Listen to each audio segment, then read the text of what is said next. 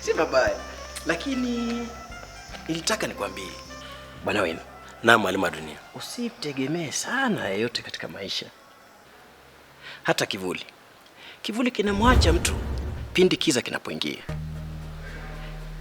Hili suala la kifo cha mkeo Clara usiendelee kuliruhusu likutie kibuhuti na hata kukuchemsha damu.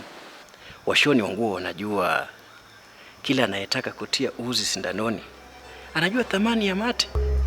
Ulimpenda mkeo Clara. Hilo ni wazi, tunalifahamu bwana. Mwalimu wa Dunia, najuta sana kumwachilia mke wangu Clara kwenda nchini Saudia kufanya kazi.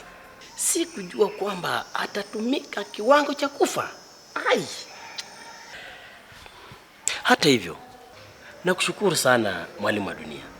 Umenisaidia sana tangu usafiri wa mwili kutoka Saudia alikokufia mke wangu mpaka tumemzika kule kijijini.